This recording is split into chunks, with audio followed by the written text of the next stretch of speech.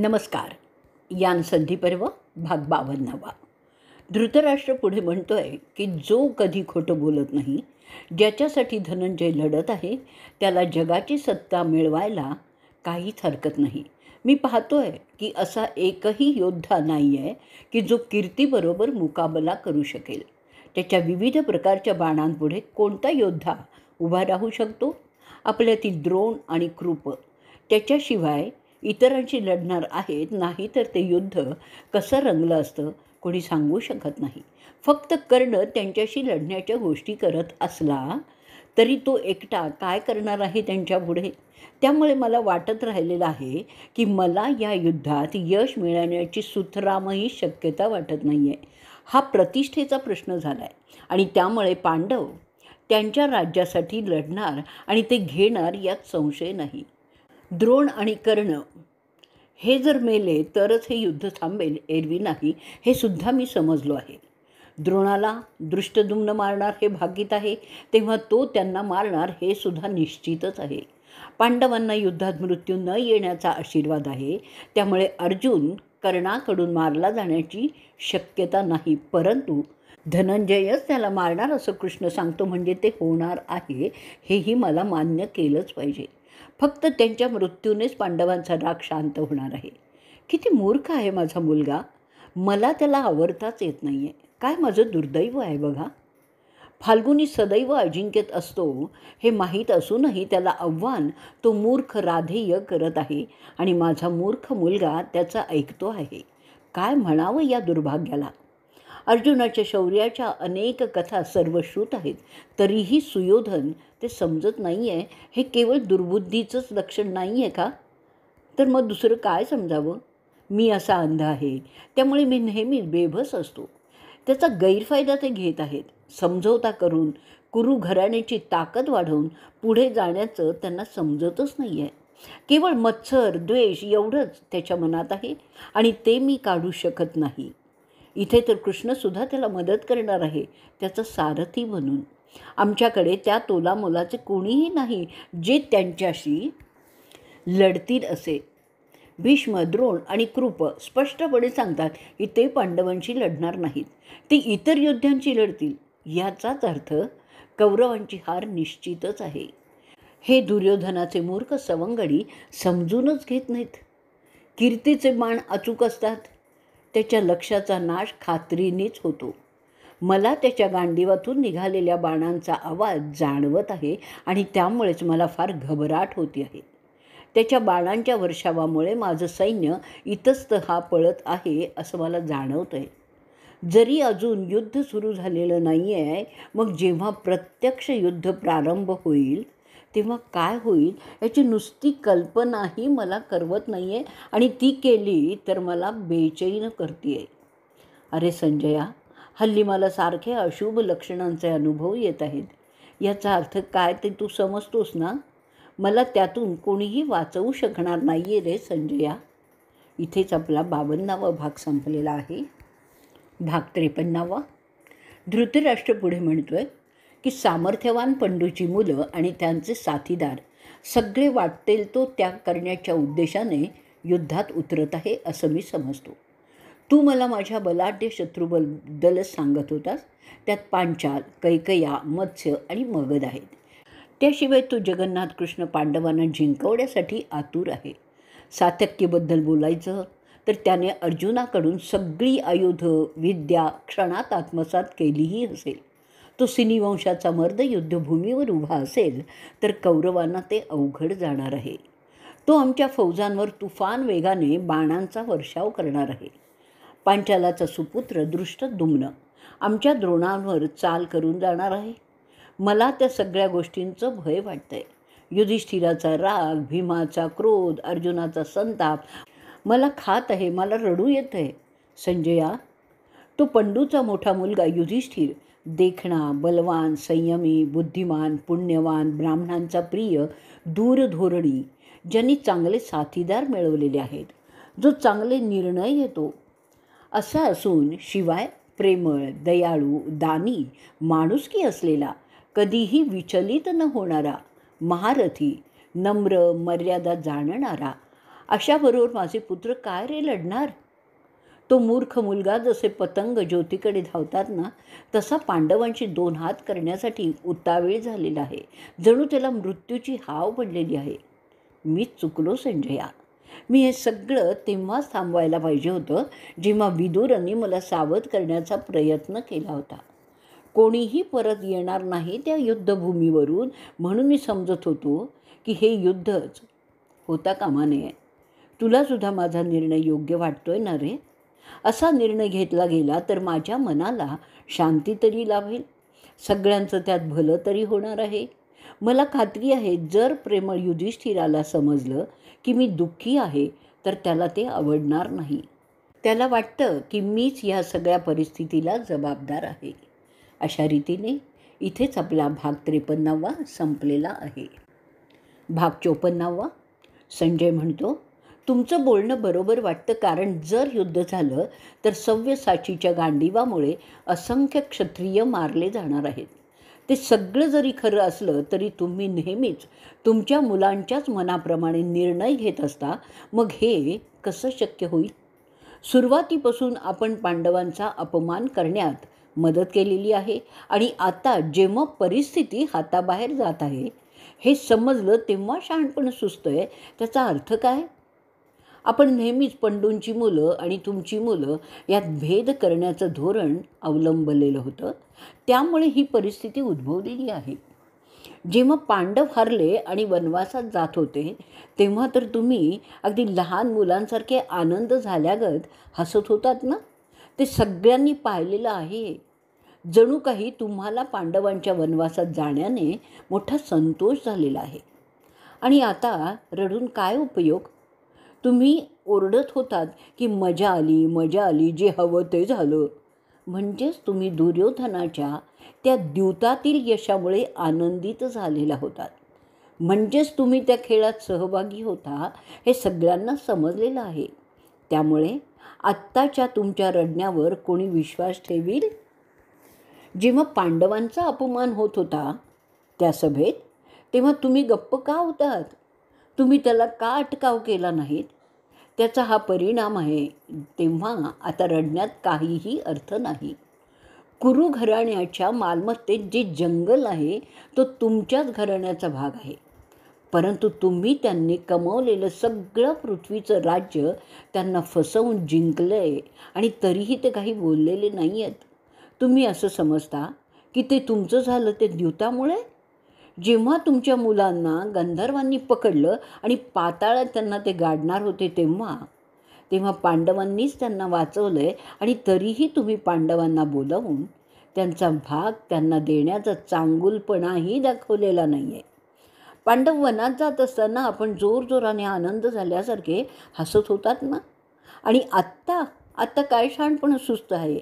हे शहाणपण तेव्हा सुचलं असतं ना तर खूप बरं झालं असतं. आता युद्धाची वेळ आली तेव्हा तुम्हाला ते फाल्गुनीचं शौर्य, त्याचं गांडीव, कृष्णाचं सुदर्शन चक्र दिसायला लागलं. त्याचा काय उपयोग आहे? आता तुम्हाला भीमाच्या ताकदीची आठवण झाली, अर्जुनाच्या गांडीवाची आठवण झाली. ती तेव्हा का नाही झाली? जेव्हा सगळं नष्ट होणार हे समजलं तेव्हा या सगळ्या गोष्टी आठवून काय उपयोग आहे? तुम्ही पंडूंची मुलं आणि तुमची मुलं ह्यात भेद केला तेव्हा हे सगळं होणार हे ठरलेलंच होतं. कुरुघराचे प्रमुख म्हणून तुम्ही कधी वागलाच नाहीत. मग आत्ता चिंता कशाला करता? पांचाल, सल्व, सुरसेना अशा सगळ्यांनी आपल्याला खंडणी देण्याचं साफ नाकारलं. ते आता पांडवांना सामील झालेले आहेत. त्यांचा आधार नेहमीच पांडवांना होता. ते तुमच्या मुलांच्या नेहमीच विरोधात होते. पांडव कधीच तुमच्या मुलांच्या विरोधात नव्हते. ते सदैव सलोख्याचंच वर्तन करत होते. त्यांच्या मातेची तशीच त्यांना शिकवणही होती. म्हणून आता रडण्यात काहीही अर्थ नाही. हे घडणार असं मी आणि विदुर सतत सांगत आलेलो आहोत, पण तुम्ही मात्र त्याकडे सतत दुर्लक्षच केलेलं आहे. तुमचं हे वागणं आता काहीही उपयोगाचं राहिलेलं नाही आहे. आणि अशा तऱ्हेने आपला 54वा भाग इथे संपलेला आहे. भाग 55वा. आता दुर्योधन उठून उभा राहिला आहे आणि तो बोलायला सुरुवात करतोय. अहो राजे धृतराष्ट्र, उगाच चिंता करण्याचं काहीही कारण नाही आहे. आम्ही शत्रूचा पराजय करण्यात सक्षम आहोत. त्याबद्दल विनाकारण काळजी करू नका. असं पहा, जेव्हा पार्थ वनवासात गेला होता तेव्हा त्यांना भेटण्यासाठी मधूला मारणारा त्याचा मावस भाऊ मोठं सैन्य घेऊन त्यांना भेटण्यास गेला होता. त्याबरोबर त्यांना भेटण्यासाठी कैकय, दृष्टकेतू, दृष्टद्युम्न त्याच्या लष्कराबरोबर आलेले होते. ते सगळे महाबली योद्धे इंद्रप्रस्थापासून फार लांब नव्हते. तिथे ते आम्हाला आणि तुम्हाला ठार मारण्याच्या गोष्टी करत होते. ते समजल्यावर भीष्म, द्रोण आणि कृपांना मी म्हणालो, जेव्हा ते भ्यालेलं दिसत होते. त्यांना वाटत होतं की खरोखरच कुरु वंशाला धोका आहे.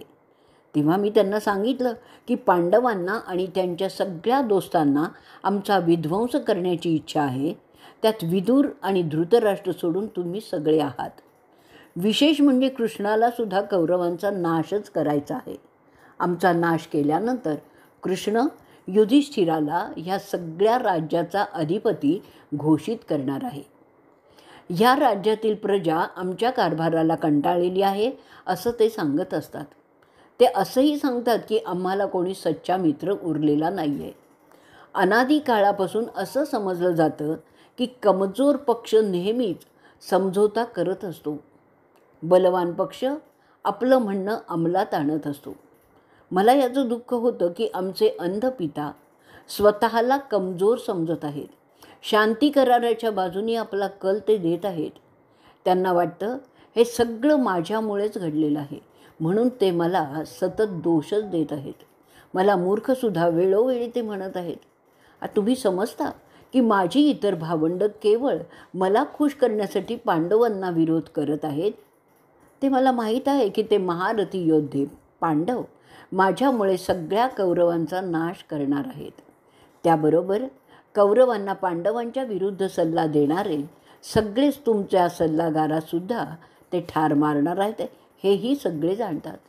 भीष्म, द्रोण आणि त्यांचा मुलगा अश्वत्थामा, कृप असे सगळेच मला शांतता करार करण्याचा आग्रह करत आहेत. परंतु ज्यावेळी पांडव वनवासात गेले तेव्हा तेच सगळे मला सांगत होते, तू घाबरू नकोस, तुझ्या शत्रूपासून तुला काहीही धोका होणार नाही. आणि आता असं बोलतायत म्हणजे काय? ते सांगत होते, आपल्यापैकी एक-एकसुद्धा पृथ्वीवरील सगळ्या राजांना भारी आहेत. येऊ देत पांडव युद्धासाठी, असं हेच सगळे मला आश्वासन देत होते. मग त्याचं काय झालं? आपले पितामह भीष्म त्यांच्या काळात सगळ्या पृथ्वीवरील राजांना पुरून उरलेले होते, ते सगळे जाणतात. त्यानंतर ते सगळे राजे देवव्रताला शरणही आलेले होते. आजसुद्धा ते तितकेच सक्षम आहेत हे आपण सगळेजण जाणतो, म्हणून शत्रूला घाबरण्याचं काहीही कारण नाही. दुर्योधन पुढे त्याचं समर्थन चालूच ठेवतो. तो म्हणतोय, त्यावेळी आपण सगळ्यांनी एक निर्णय घेतला होता की तूर्त सगळी पृथ्वी शत्रूच्या ताब्यात आहे. तरीही ते आपल्याला कुरूंना हरवू शकणार नाहीत. पंडूंची मुलं त्यांच्या दोस्तांबरोबर असे फार शक्तिमान आहेत आणि आज परिस्थिती अशी आहे की पृथ्वीचं राज्य माझ्या ताब्यात आहे. मी ज्या राजांना एकत्र केलेलं आहे ते सगळे माझ्याच विचाराचे आहेत. लक्षात असू द्या की हे माझे दोस्त राजे माझ्यासाठी अगदी समुद्रात किंवा आगीतसुद्धा उडी घेण्यासाठी तयार आहेत. त्यांच्या प्रामाणिकपणाबद्दल मात्र खात्री असावी. तुमची ही सगळी बडबड ऐकून ते तुम्हाला हसतायत. तुम्ही करत असलेले शत्रूची स्तुती त्यांना हास्यास्पद वाटते. ते सगळेच पांडवांशी लढण्यासाठी तयार असताना आपल्याला काळजी कशाची आहे तेच मला समजत नाही आहे. म्हणून आपण अशा प्रकारे घाबरून कोणताही निर्णय घेऊ नका. अहो राजे, तो इंद्रसुद्धा 2 वेळा विचार करेल माझ्या सैन्याशी मुकाबला करण्याआधी. इतकी आपली सेना तयार आहे. त्या पांडवांना का घाबरता? साक्षात ब्रह्मसुद्धा आम्हाला हरवू शकणार नाही हे लक्षात घ्या. तुम्ही पाहिलं आहे की युधिष्ठिराने अखेरीस फक्त 5 गावं मागितलेली होती. त्यावरून त्याला पुरतं माहीत होतं की तो आणि त्याची भावंड त्यांच्या सगळ्या दोस्तांसह सुद्धा कौरवांना हरवू शकत नाहीत. म्हणून ते त्यांच्या राज्याची मागणी सोडून फक्त 5 गावं मागतायत. त्यातूनच सगळं स्पष्ट होत असताना तुम्ही उगाचच का त्या भिकाऱ्यांना घाबरताय? अहो माझे पिताश्री, तुम्हाला वाटतं तो वृकोदर मला ठार मारेल? ती तुमची भीती अनाठायी आहे. आपल्याला माझ्या कुवतीची कल्पना आहे कुठे? गदायुद्धात माझ्यासारखा महाबली दुसरा नाही ह्या सगळ्या पृथ्वीवर. अजूनपर्यंत कोणीही मला गदायुद्धात हरवलेलंच नाही आहे आणि भविष्यातसुद्धा कोणी मला पराजित करू शकणार नाही. मी माझ्या गुरूंच्या घरातच राहून ती विद्या आत्मसात केलेली होती, म्हणून मला भीमाची आणि इतर कोणाचीही भीती वाटत नाही आहे. मी जेव्हा माझ्या गुरु शंकरशनाचे आशीर्वाद घेतले तेव्हाच ते बोललेले आहेत की मला तोडीस तोड कोणीही नाही. अगदी भीमसुद्धा माझ्यापुढे टिकाव धरू शकणार नाही आहे. भीम माझ्या गदेचे फटके सहनच करू शकणार नाही. जर मी भीमावर रागावून चढाई केली तर तो टिकणारच नाही, म्हणून त्याची भीती तुम्ही धरूच नका. मी त्याला पहिल्या फटक्यातच यमाच्या घरी पाठवून देईन. अहो राजे, मी वृकोदराला त्याच्याच लोखंडी गदेसह माझ्या समोर उभा मला पाहायचा आहे. त्या पंडूच्या मुलाला मी एका फटक्यात ठार मारणार आहे. त्याची सगळी हुशारी इतरत्र माझ्यापुढे नाही चालणार. माझ्या गदेच्या फटक्याने मी त्याचे तुकडे तुकडे करून टाकणार आहे. अर्जुन आणि कृष्ण दोघेही माझ्या ताकदीचा मान ठेवणारे आहेत. दुर्योधनाची बरोबरी करणारा कोणीही योद्धा सगळ्या पृथ्वीतलावर नाही हे ते पुरते जाणतात. आणि म्हणूनच तुमच्या मनात जी त्या भीमाबद्दल भीती आहे ती व्यर्थच आहे. म्हणून उगीचच कष्टी होऊ नका. त्याला मारल्यानंतर मी त्याचे अनेक इतर योद्धे ठार मारणार आहे. अर्जुनाला मी फेकून देणार आहे भीमानंतर. भीष्म, द्रोण, कृप, कर्ण, भूरिश्रव, शल्य, प्राग्ज्योतिषचा राजा, सिंधचा राजा जयद्रथ असे सगळेच आपले रथी महारथी असताना आपण का घाबरताय? ते सगळे एकेकटे त्या पांडवांना हरवण्यात सक्षम आहेत, मग काळजी कशाची करताय? आम्ही एकत्र असून एकत्रपणे आम्ही त्या अर्जुनाला यमसदनाला पाठवून देऊ, याबद्दल विश्वास असू द्या. भीष्म, द्रोण आणि कृपाने सोडलेले अगणित बाण त्याला घेरतील आणि यमाकडे त्याला पाठवतील. आमचे आजोबा जे शंतनूचे सुपुत्र आहेत ते एकटे त्याला भारी आहेत. गंगापुत्र भीष्मांना तर मृत्यू नाही जोवर ते मरू इच्छित नाहीत, हे तर आपणही जाणता. द्रोण तसंच अद्वितीय आहेत, ज्यांचा जन्म पाम्यात झालेला आहे. भारद्वाजांचे ते पुत्र आहेत. कृपसुद्धा महान योद्धे आहेत. गौतमाच्या पोटी ते जन्मलेले आहेत. ते असे सगळे मृत्यूच्या पलीकडे आहेत. त्याशिवाय द्रोणांचा पुत्र अश्वत्थामा आहे, आपल्याबरोबरच आहे. आपल्याकडे असे एक महारथी आहे जे शक्राला सुद्धा आटोपता येणार नाही आहेत. उगीच काळजी करू नका. अंतिम विजय आपलाच आहे. ह्यावेळी मी त्या माझ्या शत्रूंना वनवासात किंवा अज्ञातवासात पाठवणार नाही आहे, तर थेट यमाकडे पाठवणार आहे. म्हणजे हा प्रश्न कायमचाच निकालात काढून टाकणार आहे. अर्जुन माझ्या योद्ध्यांकडे साधं पाहणंसुद्धा करू शकणार नाही आहे. लढणं तर दूरचंच आहे. आमचे योद्धे कर्णासारखे अर्जुनाचा नाश करण्याची संधी शोधत आहेत. तरी तुम्ही उगीच काळजी करू नका. माझ्या दृष्टीने ह्या युद्धात भिण्यासारखं काहीच नाही आहे.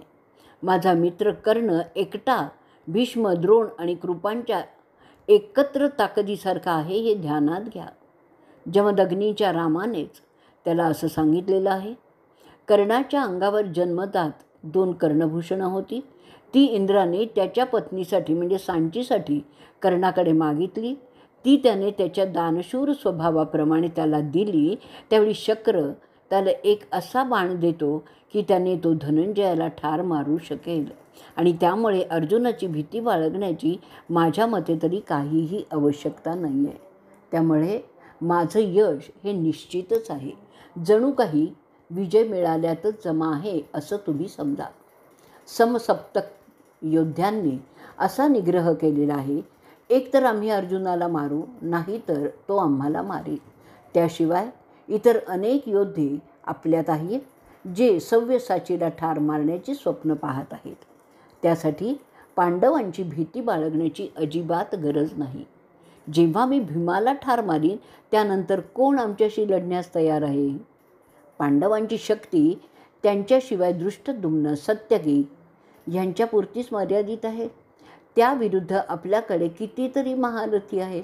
त्यात भीष्म, द्रोण, कृपांशिवायसुद्धा वल्लीक, शल्य, प्राग्ज्योतिष, जयद्रथ असे कितीतरी आहेत. अवंतीचे विंद, अनुविंद, तुझा पुत्र दुःशासन, दुर्मुख, श्रतयू, चित्रसेन, पुरुमित्र, विवंसती, शाल, भूरीश्वर, विकर्ण आणि अक्षौहिणी सैन्य आहे. त्यात कितीतरी मोठे योद्धे आहेत. बृहस्पती सांगतात, जर शत्रुपक्षाचं सैन्य 1/3 असेल तर लढाई जरूर करावी. त्याशिवाय मला हेही माहीत आहे की ह्या शत्रूत अनेक दोष आहेत आणि त्या उलट आपल्या सैन्यात काहीच दोष नाही आहेत. आपलं सैन्य गुणसंपन्नच आहे. अशा प्रकारे आत्मविश्वास दाखवणारं भाषण केल्यानंतरच तो कुरुराजा संजयाकडे पाहत त्याला पांडवांच्या तयारीबद्दल विचारतो. अशा रीतीने भाग 55 आपला इथे संपलेला आहे.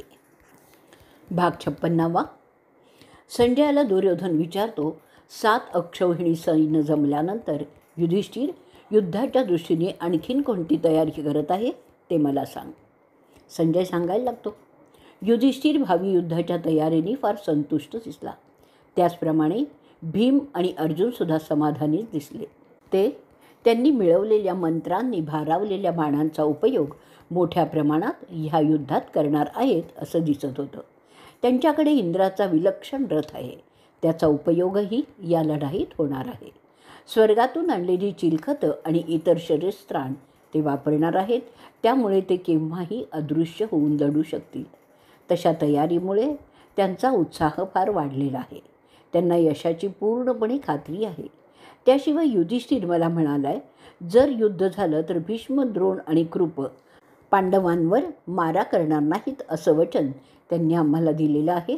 त्यामुळे ते युद्धात असूनही नसल्यासारखेच आहेत. इथे दुर्योधन मात्र खवचटपणे संजयाला म्हणतो, मला ठाऊक आहे की तुम्ही सगळे त्यांच्या बाजूने आहात आणि म्हणूनच मला खच्ची करण्याचा सतत प्रयत्न करत असता. तरीसुद्धा मला सांग अर्जुनाच्या ध्वजाबद्दल. संजय सांगतो, अहो राजे, स्वर्गातील कारागिरांनी तयार केलेले रथ त्यांच्याकडे आहेत. तश्री आणि भौमन अशा नावाजलेल्या तज्ज्ञांनी तो रथ बनवलेला आहे. त्या कामात त्या कारागिरांना इंद्र आणि धत्री मदत करत होते. त्यात अनेक क्लुप्त्या योजलेल्या आहेत. दुर्योधन परत विचारतो, तुला त्यांचं भारी कौतुक आहे, पण मला सांग त्यांच्या रथाला कोणते घोडे आहेत? त्यांच्या रथावरील ध्वज कसे आहेत? संजय सांगतो, त्यात असलेल्या क्लुप्त्यांमुळे त्यावरील ध्वज लहान मोठा होऊ शकतो. ध्वजावर हनुमंताची प्रतिमा आहे. त्याचबरोबर त्या ध्वजात अनेक विलक्षण शक्तींचा संचार होत असतो. त्या भयंकर शक्ती अर्जुनाच्या आदेशानुसार त्या ध्वजाबाहेर येऊन शत्रुपक्षात गोंधळ करू शकतात. तो ध्वज 1 योजने एवढा लांब रुंद होऊ शकतो. त्या रथाच्या वाटेत काही जरी आलं तरी तो रथ त्यावरून जाऊ शकतो. त्याला कोणीही अडवू शकत नाही. एवढं सगळं असूनही तो रथ हवेसारखा हलका आहे.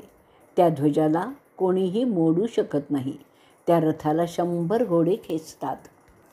वाऱ्याच्या वेगाने ते धावतही असतात. त्या रथाला असा आशीर्वाद आहे की त्याचे घोडे मारले जाऊ शकणार नाहीत. युधिष्ठिराच्या रथाला सुद्धा मोठे 6 घोडे आहेत. त्यांचा रंग शुभ्र पांढरा आहे. त्या रथाचे घोडे वाऱ्याच्या वेगाने धावतात. त्यांच्यात सप्तर्षींचं तेज आहे. ते रथ फाल्गुनीने त्यांना दिलेलं आहे. सहदेवाचा रथसुद्धा असाच आहे. नकुलाचा रथही तसाच आहे. या सगळ्यांचे रथ फार वेगाने जाणारे आहेत आणि ते सगळे त्यांना इंद्राने भेट म्हणून दिलेले आहेत. जेव्हा धनंजय स्वर्गात शिकत होता आणि साक्षात सांचीकडे राहत होता, त्याच्या सुभद्रा आणि द्रौपदी या बायकांची मुलंसुद्धा तशाच उत्तम प्रकारच्या रथातून येणार आहेत. इथेच आपला 56वा भाग संपलेला आहे. भाग 57 ते वर्णन ऐकून धृतराष्ट्र म्हणतो, त्यातील कोण पांडवांवरील प्रेमाने सामील झालेलं आहे आणि कोण लढण्यासाठी आलेले आहेत. त्यावर संजय सांगतो, मी कृष्णाला पाहिलं. तो अंधकांचा तर शिरोमणीच आहे. वृष्णीसुद्धा आलेले आहेत. त्याचे कीर्तन, सत्यकी, युयुधन असे योद्धे जमलेले आहेत. त्यांची वेगळी प्रत्येक अक्षहिणी सेना आहे. द्रुपद त्याचे सैन्य घेऊन आलेला आहे. त्याचा मुलगा सत्यजित आहे. त्याशिवाय दृष्टद्युम्न आहे. शिखंडीसुद्धा मी तिथे पाहिलेला आहे. त्याच्या सेना सर्वत्रच शस्त्रसज्ज आहेत. राजा विराट त्याच्या लष्करासह आलेला आहे. त्याचे पुत्र शंख आणि उत्तर आहेत. त्याशिवाय सूर्यदत्त, मदिराक्ष त्याच्या सैन्यानिशी तयार आहेत. जरासंघाचा मुलगा सहदेव त्याच्याकडे आलेला आहे. चेडीचा राजपुत्र दृष्टकेतू तिथे आलेले आहेत. मी पाहिलेलं आहे. कैकेय्यांचे 5 मुलगेही सामील झालेले आहेत. त्यांच्या अक्षौहिणी सैना त्यांच्याबरोबर आलेले आहेत. तेही मी तिथे पाहिलेलं आहे. जेवढं मी तिथे पाहिलं आहे ते सांगितलं आहे. ते सगळे धृतराष्ट्राच्या फौजांना भिडणार आहेत. त्यांच्यात दृष्टद्युम्न आहे, ज्याला देवांच्या, गंधर्वांच्या, असुरांच्या आणि माणसांच्या युद्धाचा चांगलाच अभ्यास आहे आणि जो यज्ञच आहे. भीष्मावर वार करण्यासाठी शिखंडीची नेमणूक करण्यात आलेली आहे. विराटाचे मत्स्य सैनिक युधिष्ठिराला मदत करणार आहे. ते शिखंडीलासुद्धा मदत करणार आहेत. भीमसेन सगळ्या कौरवांचा आणि पूर्व आणि दक्षिणेकडील राजांचा फडशा पाडण्यासाठी आहे. अशी एकंदर रचना मला समजली आहे. कर्णाचा फडशा पाडण्याचं काम अर्जुनाचंच आहे. त्याशिवाय जयद्रथ, विकर्तनसुद्धा अर्जुन सांभाळणार आहे. इतर बरेच राजे आणि त्यांचे सैन्य यांचा फडशा पाडण्याचं कामसुद्धा अर्जुनालाच दिलेलं आहे. कैकेयीचे 5 पुत्र धृतराष्ट्राचं सैन्य मारतील. त्यांना मालावचे मदत करणार आहेत. त्रिगर्ताचे सैनिक लढणार आहेत. पांडवांच्या बाजूंनीच सुभद्राचा मुलगा दुर्योधन, दुःशासन, बृहद्दल यांच्याशी मुकाबला करणार आहे. द्रौपदीची मुलं दृष्टद्युम्नाला मदत करणार आहेत. जेव्हा दृष्टद्युम्न द्रोणांवर हल्ला करेल तेव्हा ते त्याला मदत करणार आहेत. चेकित्तन त्याच्या रथाने सोमदत्ताला भिडणार आहे. सत्यकी भोजराजा कृतवर्मन बरोबर लढणार आहे. सहदेव शकुनीला ठार मारणार आहे. सहदेव लुच्चा उल्काला मारणार आहे. त्याशिवाय सारस्वतांच्या टोळ्यांनाही भिडणार आहे. युधिष्ठिराने त्या सगळ्यांना त्यांची उद्दिष्ट आधीच आखून दिलेली आहेत असं मला समजलं आहे. धृतराष्ट्र म्हणतोय, अरे देवा, माझ्या एका मूर्ख मुलामुळे माझी सगळी मुलं मरणार आहेत. त्या द्यूतामुळे सर्वनाश होणार आहे. मी समजतो की माझी मुलं आधीच मेलेली आहेत. तो भीम त्यांना जिवंत ठेवणारच नाही आहे. सगळे राजे गांडीवाच्या मार्यात नष्टच होणार आहेत. तो एक यज्ञ होणार आहे ज्यात ते राजे बळी दिले जाणार आहेत. जसं ज्योतीकडे पतंग धावत जातात तसेच ते मरण्यासाठी जाणार आहेत. मला असं वाटतं की त्यांची तयारी पाहून शत्रू पळून जाणार आहेत. मी त्यांना दुखवलं आहे. त्याची किंमत मला आता द्यावीच लागणार आहे. पंडूंची मुलं माझ्या सैन्याचा धुव्वा उडवणार आहेत ह्यात मला अजिबात शंका राहिलेली नाही आहे. ते सगळे महारथी आहेत ज्यांच्या तोडीचं कोणीच नाही आहे. एकतर स्वर्गात जाऊन शिकून आलेलं आहे आणि ते सुद्धा कुबेर, इंद्र, महादेव, वायुदेव अशांच्याकडून. तशा योद्ध्याला माझ्या सैन्यात हरवेल असं कोणीही नाही हे मला माहिती आहे. त्याशिवाय जे खरे मातब्बर आहेत भीष्म, द्रोण आणि कृप, ते तर पांडवांशी न लढण्याच्या मनस्थितीतच आहेत. म्हणजे ते असून नसल्यासारखेच आहे. राहता राहिला एक कर्ण. त्याला अर्जुन केव्हाही जिंकेल, कारण जरी त्याने त्याच्या पित्याची तपस्या केली असली तरी ती द्वेष, मत्सर अशा विकृत प्रवृत्तीने भ्रष्ट झालेली आहे. त्यामुळे तो एक भ्रष्ट तपस्वी आहे असा की त्याला त्याचा जन्मदातासुद्धा दाद देणार नाही.